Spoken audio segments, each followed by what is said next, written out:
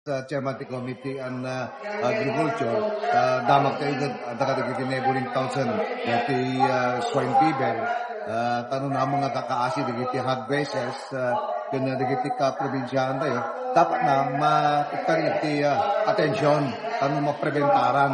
Kaya kung natin ang prevention is better than cure. Tapos at nga mas maengganyo dagiti hog racers nga taraken, tanong no adda makatulong iti panagbiag iti tunggal pamilya kadagiti tataraken iti kangrunana iti baboy. Dakkel kad gamen sir nga pakailifan ti ekonomiya ti probinsya tayo ti panagtaraken iti baboy sir. Siyempre dakkel nga katulungan iti probinsya. Mesa yung tanong pa'y mapangato iti kalidad iti panagbiag iti kaprobinsyahan tayo.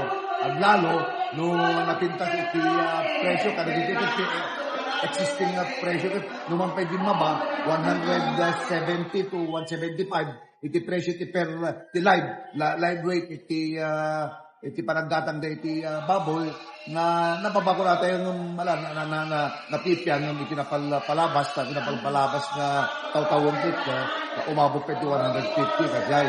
So nga, iti masapong nga kitaan tayo, iti tulong, iti tibet, na i-monitor na, iti parang sernet, iti in and out, iti panaggatang iti baboy, kano maminsan ito, iti umay ditoy, iti mesa na makitraster, iti sakit, kangrunaan na kaya, iti swine fever. Sinuntot imbitaran tayo, Apo Bopay? Iti amin ng concern kaya, iti tatang programa tayo, but yan tayo na ibagagtatay during the other matters, but kami pa nga madeterminan nung ano nga petsa di oras di panag meeting. Tanong ko na kung mapagsasalitaan nga na saya at tanong mapreventaran dito yapo.